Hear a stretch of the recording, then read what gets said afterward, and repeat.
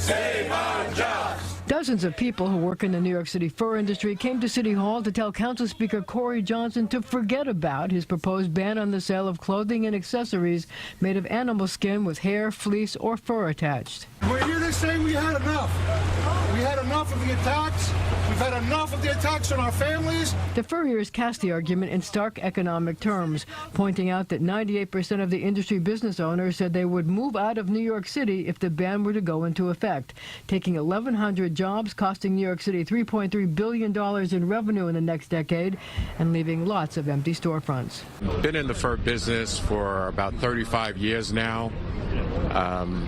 It's my livelihood, and people now are trying to take away my livelihood. The furriers charge this is just like the blown Amazon deal on a smaller scale. After Speaker Corey Johnson was one of the people who actually spearheaded the Amazon leaving New York City, his job now is to try to destroy any other kind of viable business. I put the question to Mayor de Blasio. I wonder if you support it, but also if you're concerned by the loss of jobs. There's 130 businesses, 1,100 jobs. It's a $400 million business. I am humanly sympathetic to folks in that industry because it is a lot of jobs. I don't belittle the concern.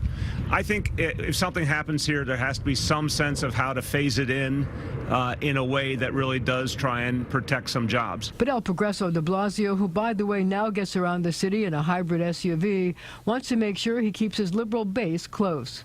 I also want to say the impulse of that legislation I do agree with. Marcia, I'm going to make a controversial announcement. I do not own a mink coat, and I do not want a mink coat. Not even a mink-lined parka? Sorry, Marcia, no mink for me.